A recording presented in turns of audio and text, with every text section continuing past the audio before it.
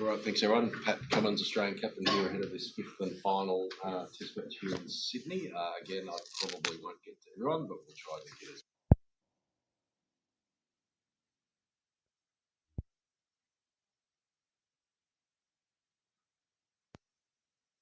batting is also struggling a bit. Late recovery is the main reason because Indian batting is struggling like that. Yes. Sorry, was there a question there? Sorry. Even Aussie batting is struggling a bit. Do you think so? Yeah. Oh, I think no doubt. There's times where we would have liked to score some more runs. That last game in Melbourne, would have liked to push that lead out to 400, 500, being in such a good position. But that's Test cricket. I think at times both teams bowled really well, made it really hard for the opposition batters. But yeah, I was second innings didn't work out last week, but I thought to get 450 or 470 that first innings was pretty impressive from our boys.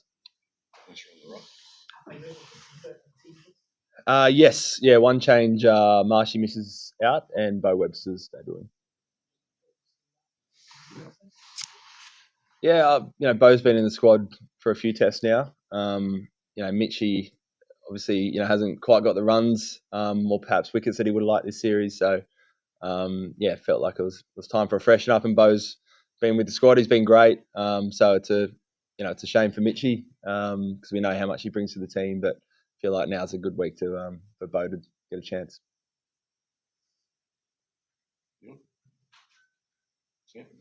Pat, it's obviously a tough conversation to have with Mitch as well. How did you take the news and what did you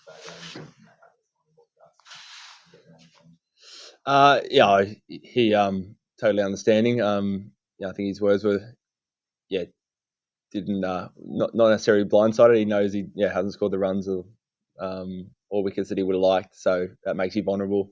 Really excited for Beau. That's he's first thing he said. I can't wait to see Beau go out there and give it a crack. I think particularly here in Australia, I think when a batter misses out or gets dropped, it's always seen as a big thing, but it's not the case. The way that Ronnie and the selectors and myself look at it is we love pulling a squad of players together who we think we can call on at different times, and we thought the time was right for Mitchie to have a freshen up and miss this one, but it doesn't mean that he won't be back in that team at some point. Just on ball, I'm not sure if it has to do with the fifth bowling option and you wanting that fifth bowler to bowl more overs, and what does he offer to you, with both his medium pace and his spin? Yeah, that was definitely a factor. Short turnaround. I think it's always nice to have kind of a fifth bowler that perhaps he bowls quite a lot for Tasmania, so if we need to call on that, we can. I think firstly, if you're going to bat six, you've picked for your batting, which I think he's shown in Shield over the last couple of years when he takes the game on, and he's really changed some games for Tasmania. But I'll sit down and work that out today. But I think particularly that pace bowling's always going to be handy, and we've got obviously Nath, but also Trav with some handy offies when needed. So in terms of the Mitch, are you going to need him to bowl more in future? Should he come back in, relative to what he's been able to do this series? Is that a broader conversation? Not necessarily. We've spoken about it a lot. He was in the side this summer for being a top six batter. So that's generally a guiding principle when you're picking the top order, not always. So I think when he's at his best, he gets in the side on his batting alone, and his bowling's a bonus. Obviously, got guys like Cam Green who will be back in the mix at some point as well, who provide some other bowling options. So no, not necessarily. Pat, yourself and Mitch Stark have bowled a lot of overs in this entire tour. As pace bowling duo, what has been your routine off the field when you're recovering recovery process? If you can take us through that. Yeah, it's I think it probably starts before the series, to be honest. I was lucky I had a really good lead in, so physically I feel as good as I have for years. That really, that opportunity's set me up really well, and I think Starkey's the same. Always kind of carrying something, but we both started the series in pretty good shape. In between tests, it's not much, to be honest. We're maybe walk a few laps, get a massage, jump in, an ice bath or something. But we save all our overs really for the game. What do you make of the pitch and willing to assist the spinners towards the end of the test match? Just give us a lowdown. Yeah, it's a tough one to know exactly. It's a little bit different to kind of the traditional SCG. I think 2 Shield wickets this year seemed like they played really well. Teams were really happy with the cricket wicket. Felt like there was a bit on offer for the batters, for the bowlers, but also runs to be scored. So, looks pretty good. No doubt there'll be some stages where it's pretty good batting, but potentially break up and spin towards the end. Kind of, you never really know. Weather plays a little bit of a part sometimes here as well. So, I've played, I don't know, a few test matches here, but outside of that, 1 days and stuff. So I'm no expert. I just want to ask that, we have seen Sam playing in a different way in Shield games also. He was defensively really well as far as, defending. But in Melbourne, we saw him doing a kind of batting. Is there anything communicated by you guys? Because he has that other game also to defend it really well. But there he was just playing a different game altogether. So is there a message to Sam from this? Just go hard and go aggressive? I think he showed how adaptable he can be. That takes a lot of skill first of all, but we always encourage our players just to read the moment, play it how they see fit. So for Sam, he sensed the moment was to attack and put pressure back onto the bowlers, and he did that. It might be different this week. It might be, I'm going to play a slow game and kind of score your runs that way. So our message is always just to back yourself, have really clear plans, and back your decision making. But do you think that Australians are a little bit related to getting into this test match because the pressure is on India to do all the reading, because if they want to start the series, now you guys will be fine with it, even a draw is sufficient for you to get in the series? I mean, it's always the preferred position, but you go into every test match trying to win, so it's no doubt no different this week. But again, really happy with the last 3 test matches, how the boys have played. We've shown that. For most of it, we've kind of been the front runner, and that's kind of the aim again this week is keep it up. And the last 2 years, the services have changed. Therefore, you don't get those big first innings score. Just not as a fast bowler, but joining your captain, how do you do that? I think this venue can be a little bit different, but I think traditionally you turn up, you bat no matter what. I think you're seeing more and more teams happy to bowl if they see a bit of grass on day 1. You're not as worried about the back end day 4 or 5 because a lot of the games are happening a bit quicker. So a lot of the time you're turning up and wondering if you're going to take 10 wickets on that day, and if you think you are, you kind of play what's in front of you. I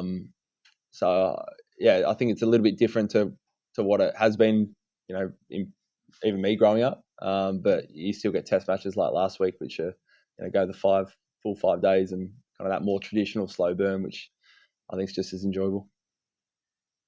Hi Pat, Happy New Year from Mumbai. You are one of the batsmen from Aussies who is seen assured against Bumrah. So have you put some extra efforts to face him, or the IPL has helped you? I mean, last game it helped that I was at the non-strikers end. that certainly helped. He's there's no doubt he's bowling well at the moment. He's always tough. Hopefully by the time I come in, he's well into his late in the day, and he's bowled a fair bit, which makes it a little bit easier for me. But he's bowled well, so I've faced him quite a bit across the world in different formats, and but always poses a challenge. A few more, finish up the game. Just 2 points. One, the late series 2-1 shaped the way you play the game, and finish course when you might at all try to draw first and win. Secondly, should Beau, it's been around domestic cricket for a long time, but how much have you had to do with him over the years, and what's it like as a guy? First of all, no, you're going thinking only about the win. Obviously, if the wicket or the weather or anything takes you in a different direction, then maybe, but that's really, it's day 4, day 5 before you even consider anything like that. yeah, Beau, I haven't had a lot to do with Beau leading to this series. He joined the squad, I think it was after the first test. He's just been one of those star performers for Tasmania with a bat or bowl or in the field. He always seems to have a big impact. Quite aggressive, can change the game like we've seen, Mitch Marsh or Trav Head or Alex Carey do in that middle order. And he's been great personality around the squad. Even day 5 there in Melbourne, he's itching to get on the field. So yeah, it's going to be awesome to see him debut. Really love what he's brought to the squad so far. Obviously, had a couple of innings in Melbourne. India had Jasprit captain, Rohit captain. Virat obviously been quite demonstrative on the field. Like, what's been your perspective on that when India's been in the field? Has it felt like they've had more than one? Don't know. It's probably not for me to kind of judge on. I'm in my own little bubble, so I haven't noticed anything different from watching on TV or being out in the middle, really. No, we'll go back over here, Benny. There's been a few waiting, so we're going to finish off and then we'll... You spoke after the Melbourne test about digital start him playing his test. I was just wondering, you've played with him for a long time. He's closing in on 100 tests, 400 wickets. Like, what's his greatest attribute as a bowler, and how have you seen him sort of evolve from when you were a young player to... Yeah, I'd say, personality-wise, just his resilience. He's bowled 145 kilometres for 15 years now, it seems like, and a lot of overs. And you just don't do that without always dealing with different niggles or setbacks. And he just grits his teeth and gets on with it. He's the one player who just refuses ever to talk about being rested or rotated. He just wants to go out there and play for Australia, even if he's had some quiet games in the past and people are out to get him or whatever. He's still just he just wants to turn up and play. So I just have huge admiration for him from that point of view. As a bowler, I think he's adapted a lot. Particularly in the last, say, 5 years. He's now got a wobble seam. He uses his bounces quite well.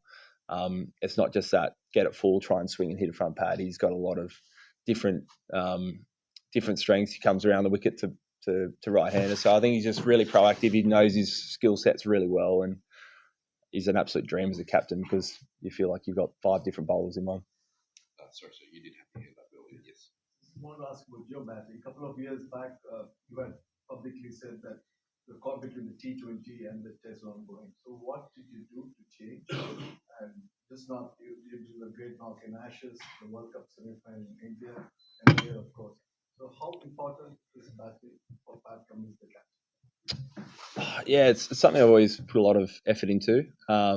Be first to admit you never quite know what you're going to get with my batting. I think for a while there I was so worried about being like perfect and not getting out that in some ways you're kind of batting with your hands tied behind your back. Nowadays I try not to overthink it. Just try and think about scoring areas, playing good shots, not worrying about consequences too much. Just remember batting's about scoring runs, and however ugly it looks, just try and get a few runs basically. Just start with Rich. I think he said he's the kind of guy who never wants to take a rest, but was there any consideration here given he's carrying something and wants to make a pretty important role there? Yeah, you always consider. He went off for a scan yesterday. But got the all clear to play this match. So there's always considerations, but he's it's a big game in the context of a series, World Test Championship. It's a home game, so he was never going to miss this one unless he absolutely had to. Thanks, everyone. Thank you. Thank you. Thank you.